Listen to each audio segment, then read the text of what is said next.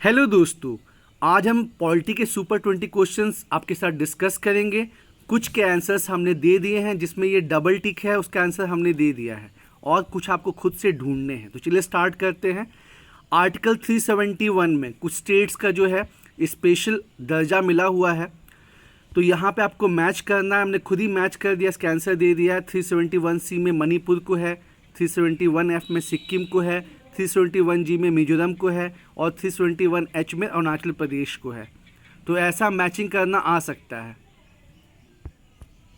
Question number 2, पंचायती राज जो है उसका कैसे इवोल्यूशन हुआ है, उससे संबंधित अलग अलग कमेटी आपको दी गई है, और आपको उसको सही क्रम में अरेंज करना है। ए ऑप्शन में है L M Singhvi committee, B में है GV.K. राव कमेटी, सी में है बलवंत राय मेहता कमेटी, और डी में है Ashok Mehta committee. Question number 3, जो शेड्यूल एरिया होता है यानी कि अनुसूचित क्षेत्र, वहाँ पे एक अलग टाइप का पंचायत कानून लगता है, जिसको हम क्या बोलते हैं, पेशा कानून, जो कि कब पारित हुआ था ये आपको बताना है। इसका फुल फॉर्म क्या होता है, extension of Panchayati Raj to schedule areas, मतलब अनुसूचित क्षेत्र जहाँ पे जनजातीय आबादी होती है और उनका चूँकि अपना ही एक अलग लोकल शासन व्यवस्था रहा है, तो वहाँ पे पंचायत भी जो है वो एक अलग टाइप की होती है, जिसमें जो जनजाति लोग हैं उनका भी रिप्रेजेंटेशन रहता है, प्लस उनके जो नियम कानून है उनका भी थोड़ा ख्याल रखा जाता है। इसको भूरिया सिंह कमेटी के संस्तुति पे लाया गया था। आप जानते ही होंगे कि पंचायत को संवैधानिक दर्जा मिला था 73rd अमेंडमेंट से, और ये बाद में पेशा कानून आया था। तो आपको बताना है कि पेशा कानून यानी कि पेशा एक्ट कब पारित हुआ था। क्वेश्चन नंबर 4, इसमें हमने कॉन्स्टिट्यूशन के अलग अलग चीज़ें ली हैं, आपको बताना है कि वो कौन से देश से लिए गए हैं। जैसे कि ए हो गया DPSP, राज्य के नीति निर्देशक सिद्धांत, बी हो गया फंडामेंटल राइट, मौलिक अधिकार, सी हो गया अमेंडमेंट ऑफ कॉन्स्टिट्यूशन, संविधान में संशोधन, और डी हो गया कॉन्करेंट लिस्ट। और इधर हमने देश के नाम दिए हुए हैं, USA, Australia, south Africa, Ireland और कनाडा। एक ऑप्शन बढ़ा के दे दिया है, क्योंकि ऐसा भी क्वेश्चन आ सकता है कि इधर तो आपको 4 साइड दिया हो और इधर कंफ्यूज करने के लिए एक ऑप्शन ज़्यादा दिया हो। तो आपको बताना है कि किस कंट्री से क्या सब चीज़ लिया गया है। फिर से देख लीजिए, DPSP है, फंडामेंटल राइट है, अमेंडमेंट ऑफ द कॉन्स्टिट्यूशन है, और कॉन्करेंट लिस्ट है। क्वेश्चन नंबर 5, वो कौन सा लैंडमार्क केस था जिसमें पहली बार संविधान के बेसिक स्ट्रक्चर यानी कि मूलभूत ढांचे का कंसेप्ट आया था। देखिए, पार्लियामेंट और सुप्रीम कोर्ट के बीच में संविधान के संशोधन को लेके मतलब काफ़ी जद्दोजहद चल रही थी। तो फाइनली जो है इस लैंडमार्क केस में सुप्रीम कोर्ट ने कहा कि ठीक है, आप संविधान में संशोधन कर सकते हैं, लेकिन संविधान की जो मूलभूत बातें हैं, जैसे कि भारत एक सेकुलर कंट्री है, भारत में पार्लियामेंट्री फॉर्म ऑफ गवर्नमेंट है या फेडरलिज्म है, तो जो कॉन्स्टिट्यूशन का जो मूलभूत आधार है उसको आप बदल नहीं सकते। तो ये सबसे पहली बार किस केस में ये डिसीजन दिया गया था basic structure of the constitution का।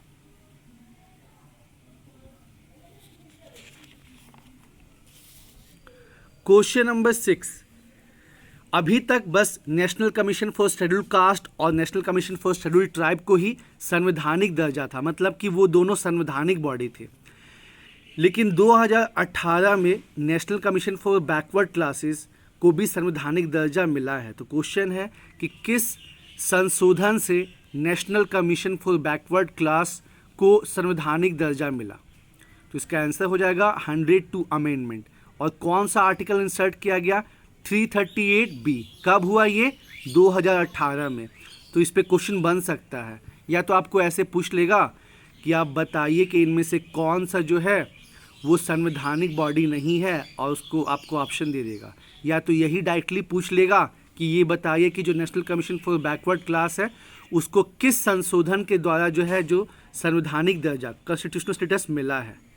तो 102 अमेंडमेंट के थ्रू, और कौन सा अनुच्छेद 338B, और कौन सा साल, 2018। क्वेश्चन नंबर 7, अनुच्छेद से भी कुछ क्वेश्चन आ सकते हैं। वो कौन सा आर्टिकल यानी कि अनुच्छेद है जो कि ये बतलाता है, ये कहता है कि विधानसभा में, स्टेट लेजिस्लेचर में शेड्यूल कास्ट और शेड्यूल ट्राइब यानी कि अनुसूचित जाति एवं अनुसूचित जनजाति के लिए जो सीट्स हैं वो आरक्षित रहेंगी। इसको आपको ढूंढना है दोस्तों। साथ में ये भी देख लीजिए कि वो कौन सा आर्टिकल है जिसमें शेड्यूल कास्ट के बारे में बताया गया है, वो कौन सा आर्टिकल है जिसमें शेड्यूल ट्राइब के बारे में बताया गया है। क्वेश्चन नंबर 8, भारत में नागरिकता अधिनियम सिटीजनशिप एक्ट कब पारित हुआ? तो देखिए, चूंकि CAA सिटीजनशिप काफ़ी चर्चा में था, 2019 वाला जो एक्ट बना है, तो जाहिर सी बात है कि जो मेन नागरिकता अधिनियम है उस पर क्वेश्चन आ सकता है कि वो कब पारित हुआ था, कब बना था। Question number 9, again very important question, और हमने इस क्वेश्चन को मतलब सॉल्व किया हुआ है। राज्यों का गठन भाषा के आधार पे होना चाहिए या नहीं होना चाहिए, इसको लेके काफ़ी विवाद था। 1920 नागपुर सेशन में कांग्रेस ने कहा था कि हाँ, राज्यों का जो गठन है वो भाषा के आधार पे होना चाहिए, लेकिन जब भारत का विभाजन हो गया धर्म के आधार पे इंडिया पाकिस्तान में, तो फिर जो कांग्रेस के लीडर्स है वो डर गए कि अगर भाषा के आधार पे बनाया गया तो बहुत दिक्कत होगा। उसके बाद 2 कमेटी भी बनी, धर कमेटी और JVP कमेटी, और दोनों कमेटी ने इनकार कर दिया कि नहीं जी, भाषा के आधार पे नहीं बनना चाहिए। लेकिन फिर पोटी श्रीमल्लू ने फास्ट रखा, वो एक गांधीवादी थे, उन्होंने हंगर स्ट्राइक रखा और 56 दिन फास्ट रखने के बाद उनकी मृत्यु हो गई। तो सरकार डर गई और 1953 में पहला राज्य बनाया गया आंध्र प्रदेश। उसके बाद स्टेट्स कैसे बनाया जाए, उसके लिए एक राज्य पुनर्गठन आयोग यानी कि स्टेट रीऑर्गेनाइजेशन कमेटी का गठन किया गया 1953 में। तो इसमें कितने सदस्य थे, यहाँ क्वेश्चन है। 3 सदस्य थे, जिसके अध्यक्ष थे चेयरपर्सन फजल अली, इनके अलावा जो है KM पनिकर और HN कुंजरू जो थे, ये 3 सदस्य थे। कभी कभी अध्यक्ष भी पूछता है कि स्टेट रीऑर्गेनाइजेशन कमेटी यानी कि राज्य पुनर्गठन आयोग के अध्यक्ष कौन थे, तो फजल अली। इसमें मेंबर कितने थे, 3, फजल अली, KM पनिकर और HN कुंजरू। फिर एक क्वेश्चन पूछता है कि रिपोर्ट कब सबमिट हुआ था, तो 1953 में ये बना था और सितंबर 1955 में रिपोर्ट सबमिट किया गया था, जिसमें इस आयोग ने ये कहा था कि 16 राज्य बनने चाहिए और 3 यूनियन टेरिटरी बनना चाहिए। लेकिन सरकार ने 1 नवंबर 1956 को क्या किया, 14 राज्य बनाया, 14 स्टेट और 6 यूनियन टेरिटरी बनाया। तो ये भी क्वेश्चन आ सकता है कि केंद्र सरकार ने राज्य पुनर्गठन आयोग की सारी सिफारिशें मान ली थी, तो नहीं, सिफारिश की गई थी 16 राज्य और 3 केंद्र शासित प्रदेश के लिए, और सरकार ने क्या कहा कि करा चेंज, इसमें 14 राज्य बनाए और 6 यूनियन टेरिटरी बनाया। क्वेश्चन नंबर 10, किस राज्य ने जनवरी 2020 में Vidhan Parishad legislative council scrap करने के लिए बिल पारित किया है?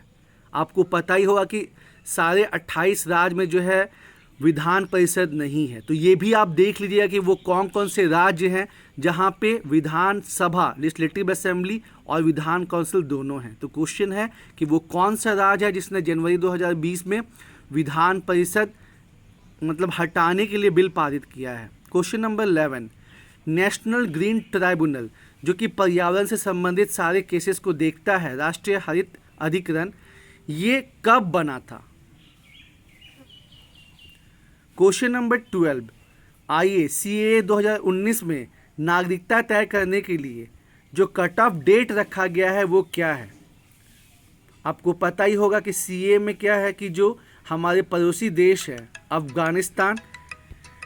अफगानिस्तान, बांग्लादेश और पाकिस्तान, वहाँ के 6 माइनॉरिटीज़ के लिए जिनका बहुत ज़्यादा वहाँ पे शोषण होता है, उनके लिए नागरिकता का प्रावधान भारत ने किया है। तो उसमें कट ऑफ डेट रखा गया है कि उस डेट से पहले जो यहाँ रह रहे होंगे माइनॉरिटीज़, अल्पसंख्यक जो अफगानिस्तान, पाकिस्तान और बांग्लादेश से हैं, उनको नागरिकता दी जाएगी। तो वो कट ऑफ डेट क्या है आपको ये बताना है। क्वेश्चन नंबर 13, इसमें देखिए हमारे जो डिग्निटरीज़ हैं उनको उनका अलग अलग क्रम है। जैसे कि प्रेसिडेंट साहब नंबर 1 पे है, नंबर 2 पे वाइस प्रेसिडेंट है, नंबर 3 पे प्राइम मिनिस्टर है। तो यहाँ हमने आपको कुछ इम्पोर्टेंट कॉन्स्टिट्यूशनल पोस्ट दिए हुए हैं, कुछ डिग्निटरीज दिए हुए हैं, आपको उनका सही क्रम में सजाना है। ए में है चीफ इलेक्शन कमिश्नर, बी में है चीफ जस्टिस ऑफ इंडिया, सी में है CM of states in their respective states, और डी में है governors of state in their respective states. एक ऐसा ही क्वेश्चन 65वीं बीपीएससी में आ चुका है। जैसा कि मैंने बताया दोस्तों कि अब क्वेश्चन का पैटर्न चेंज हो रहा है, चाहे स्टेट पीसीएस हो, चाहे रेलवे हो, या फिर कोई भी एग्ज़ाम हो, क्वेश्चन में थोड़ा जो है ना बदलाव लाया जा रहा है। तो आपको चीज़ों को अच्छे से देखना होगा और समझना होगा। तो यहाँ आपको सही वरीयता क्रम बताना है। A chief election commissioner, chief justice of India, CM of states in their respective state और governors of state in their respective state. Question number 14 ये हमने आपके लिए सॉल्व कर दिया है। फाइनेंस कमीशन का जिक्र कहाँ किया गया? वित्त आयोग का अनुच्छेद 280 में। तो यहाँ पे वित्त आयोग और उनके प्रमुख हैं, ध्यान में रखिए। ये नहीं कि बस ये आपसे पूछा जाएगा कि हाँ बताइए 15 फाइनेंस कमीशन के चेयरपर्सन कौन है। ऐसा भी हो सकता है कि जो स्टार्टिंग के फाइनेंस कमीशन है उनको आपको मैचिंग करने आ जाए। तो ये ध्यान रखिए। फर्स्ट फाइनेंस कमीशन के प्रमुख थे केसी नियोगी, सेकंड फाइनेंस कमीशन के प्रमुख थे के संतम, थर्ड फाइनेंस कमीशन के प्रमुख ए के चंदा और फोर्थ फाइनेंस कमीशन के पीवी राजमन्नार।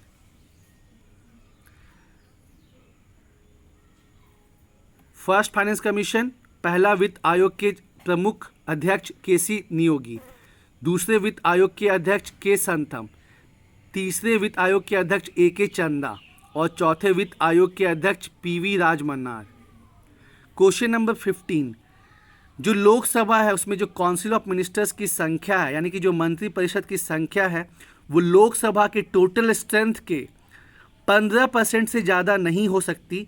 यह प्रावधान किस संशोधन में बना? नहीं तो पहले क्या होता था कि जितना मन उतना को मंत्री परिषद में रख लिया, उतना को मंत्री बना दिया।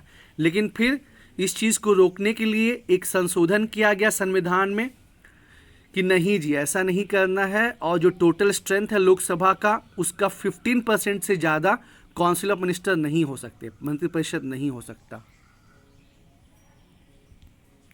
Question number 16, again a very important question. Bharat में कितनी शास्त्रीय भाषाएं हैं? क्लासिकल लैंग्वेज है। क्लासिकल लैंग्वेज मतलब जो कम से कम 1500 से 2000 साल पुराना हो, जिनका अपना डिस्टिंक्ट हर चीज़ हो, कॉपी किया हुआ ना हो, उसको शास्त्रीय दर्जा का जो है मिलता है, शास्त्रीय भाषा का दर्जा मिलता है। तो आपको बताना है कि भारत में कितनी भाषाएं जो हैं वो शास्त्रीय भाषा के कैटेगरी में है।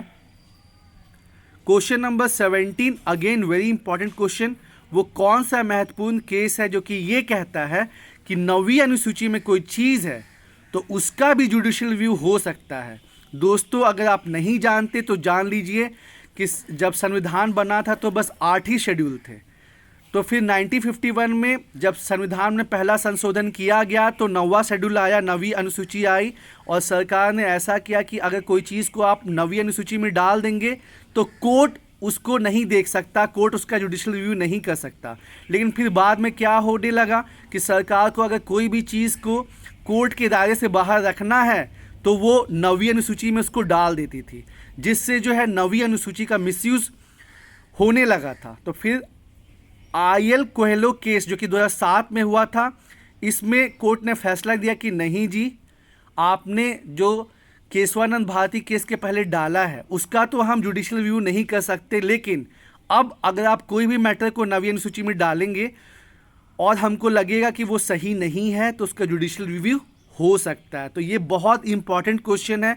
यूपीएससी मेंस में आईएल कोहेलो केस पे एक डायरेक्ट क्वेश्चन पूछा जा चुका है। तो थोड़ा बहुत तो जानने बनता ही बनता कि आखिर भाई इसमें क्या इतना इम्पॉर्टेंट है। इसको हम 9th शेड्यूल केस के नाम से भी जानते हैं। क्यों? क्योंकि अभी तक 9th शेड्यूल में 2007 से पहले कोई भी चीज़ अगर रखते थे ना तो क्या प्रावधान था कि उसका जुडिशियल रिव्यू नहीं हो सकता था। फिर लेकिन आईएल कोहेलो केस में एक डेडलाइन सेट किया गया, केशवानंद भारती केस 1973 के पहले आप जो डाले हैं उसका तो कोर्ट जुडिशियल रिव्यू नहीं करेगी, लेकिन अब कोई भी चीज़ बनेगा और अगर वो 9 शेड्यूल में डाला गया है तो ऐसा नहीं है कि वो कोर्ट के दायरे से बाहर होगा, कोर्ट उसका जुडिशियल रिव्यू कर सकती है।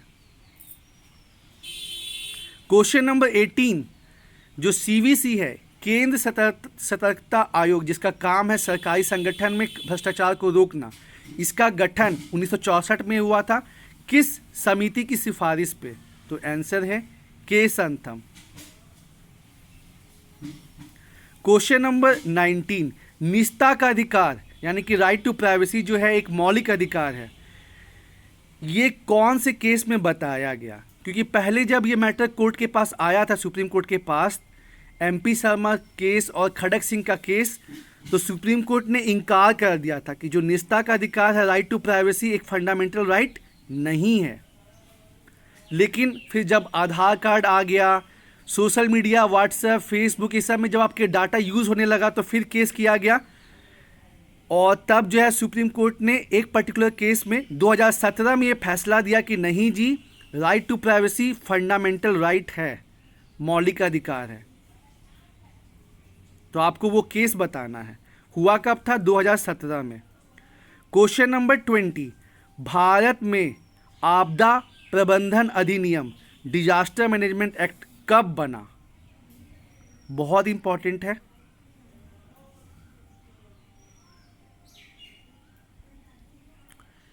तो दोस्तों उम्मीद है आपको ये क्वेश्चन पसंद आए होंगे, और हम फिर से आपको रिपीट करेंगे कि आप गूगल में जाके खुद से ढूंढिए, लक्ष्मीकांत के बुक में जाके खुद से ढूंढिए, तब आपको बेनिफिट ज़्यादा होगा। गूगल में आप डायरेक्ट ढूंढ सकते हैं, वो भी मतलब बेस्ट तरीका है। और कुछ क्वेश्चंस के तो आंसर हमने दे दिए हैं, लेकिन इसके बावजूद आप उन क्वेश्चंस को पढ़िए और समझिए। थैंक यू दोस्तों।